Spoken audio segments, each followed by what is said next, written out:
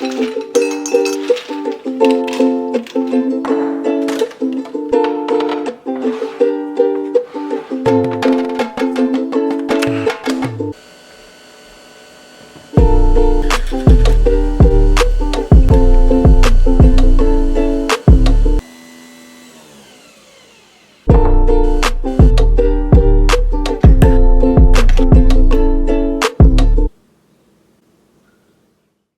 guys, it's Emily here and welcome back to another video on my channel. Long time no see. So today, since I do bullet journal, if you guys didn't know, I decided to film my 2020 April bullet journal setup.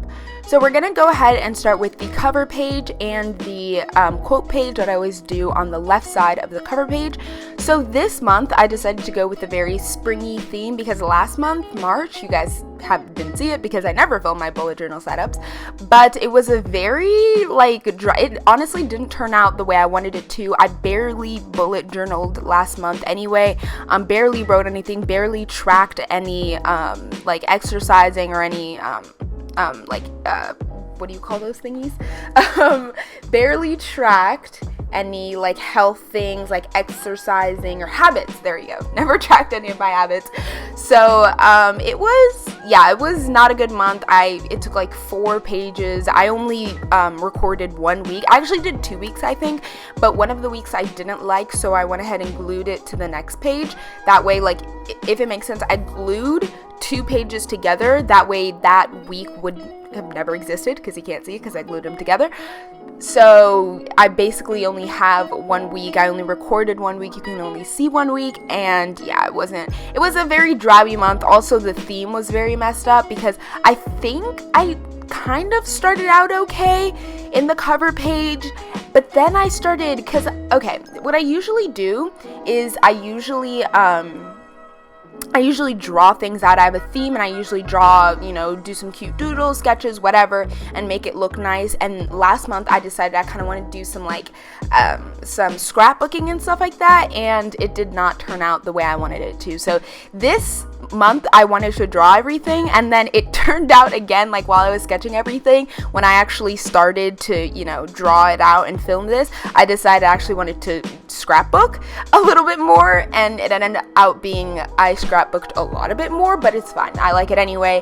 The cover page is this beautiful, beautiful flower picture that I found off of Google, and then at the top I just have April with a mini calendar, and then the quote for this month is, "If you never did, you should. These things are fun and fun is good" by Dr. Seuss. And I did a few cool colors, and then there's this cute little bunny that I'm drawing in the corner with a flower crown on it, which I thought is so gorgeous. I looked at pictures how to draw bunnies, how to draw flowers, how to draw trees for a very springy theme. At the end I didn't draw as much as I wanted to, but it's fine.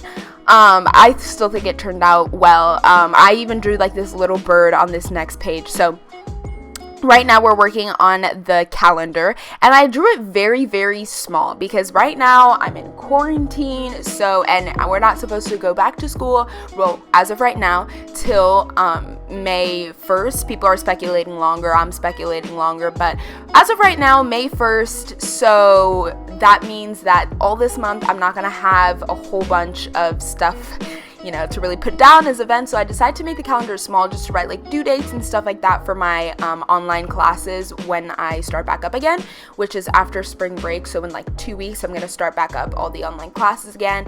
So but until then there's really not anything happening, so I decided to make the calendar small, and under it I put a little section for important dates. That way I can, if something is a little long, or if I have multiple things, if I have a kind of a mini date that is important and I want to know, but at the same time I have this long thing to write about that's important for that day, then I can write it in the little important date section. It also kind of makes those dates kind of stand out. And then on the next page I have a goal tracker, and then my little YouTube tracker type thing, and then this cute little bird that I drew. For my goal tracker, I used to just make small bullet points, but recently I've been making big boxes so I can not only write the goal but write the steps.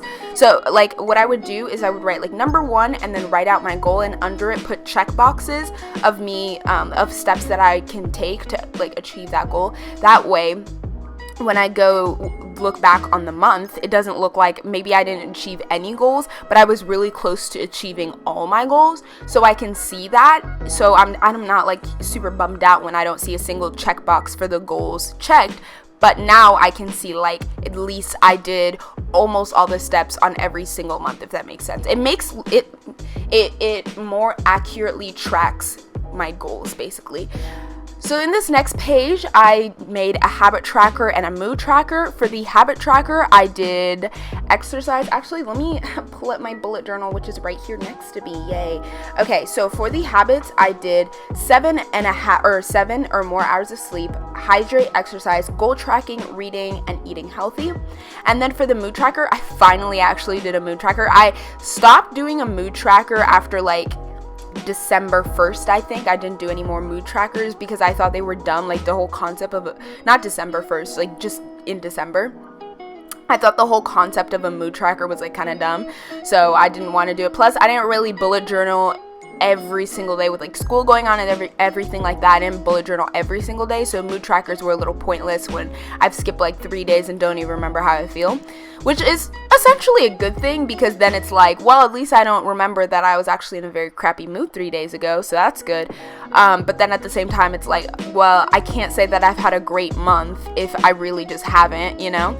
So I thought I just dropped the whole concept of a mood tracker. But since I'm not doing anything for the next month, it's a great time to track my mood and really see where I'm doing mentally. And hopefully I can see my mood get better and better every single day, because I'm really going to try to work on keeping myself happy and healthy, giving myself a kind of mental break from like school and just a whole hullabaloo, you know, and really work on myself and self-improvement and just mental health improvement and all of that. So hopefully the moods will get better and better as I progress. And I wrote a really good quote on this mood tracker, which I actually saw on TikTok. Yes, I finally downloaded TikTok.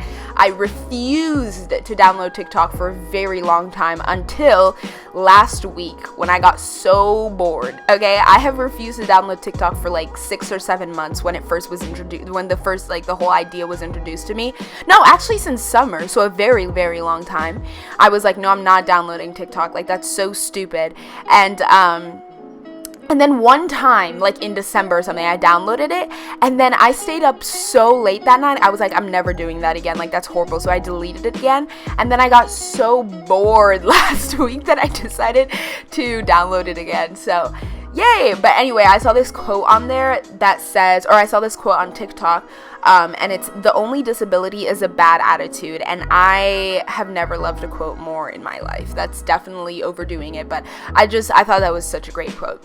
So for this next page, I added this brown paper. I don't have like a lot of crafty supplies. Like, I don't, whatever, you know, all the supplies I have are they're just not like super crafty. They're not those super aesthetically pleasing, you know, things that you get, or little crafty, you know, scrapbooking things that you see in bullet journals on YouTube, but they're okay. So I just decided to use some of this brown construction paper that I had, and to have this like brown background, because on the next page I cut out a small section of it just to be all cool and like I'm like cool like that. So then I decided just to have this brown background, and I might draw a flower on it later. So there's that. So this next page is a daily routine. I want to set myself up, maybe not a routine, but definitely things to do in the morning, afternoon, and night. So like, for example, in the morning, I want to wake up at 10 a.m. I want to, you know, like brush my teeth and all that stuff, like normal people stuff. But then I want to like set things to do in the morning, like kind of set goals. Or if I'm just like not feeling well or don't know what to do today, I can just like be like, hey, like go on a 20-minute run or something. Or in the afternoon, go on a 20-minute run, or work on goal tracking things or whatever, you know. And in the nighttime, like do a little night routine or something like that, you know. And then in the next page, I just had an activity tracker where each day I wanted to write something cool that I did that day, or just something cool in general, you know, that I maybe found out, or just something, you know, just to kind of make it not boring, okay? And then in the next page, I did my first weekly setup. I have my second weekly setup sketched up, but I decided since this video was going to be so long anyway, and the second weekly setup is going to be the exact same as the first, I'm just going to go ahead and not show you guys and just, you know, finish the video there. But I went ahead and did my weekly setup, which is very easy: Monday, Tuesday, Wednesday, Thursday, Friday, in this gorgeous cursive. And then I just added this paper of like flowers or whatever, and I actually didn't like it, so I'm going to take it apart and do something else, but I just have it like that for now. Anyways, I hope you guys enjoyed the video. That is the end. I will show you a small flip through, and yeah, so I hope you guys are enjoying your quarantine. Definitely do this. Maybe find something cool to do. Find something cool to do every day, or do like me, use it as like kind of like a mental health just relaxation period. Okay, so I hope you guys enjoy the rest of your day. Goodbye. I love you guys.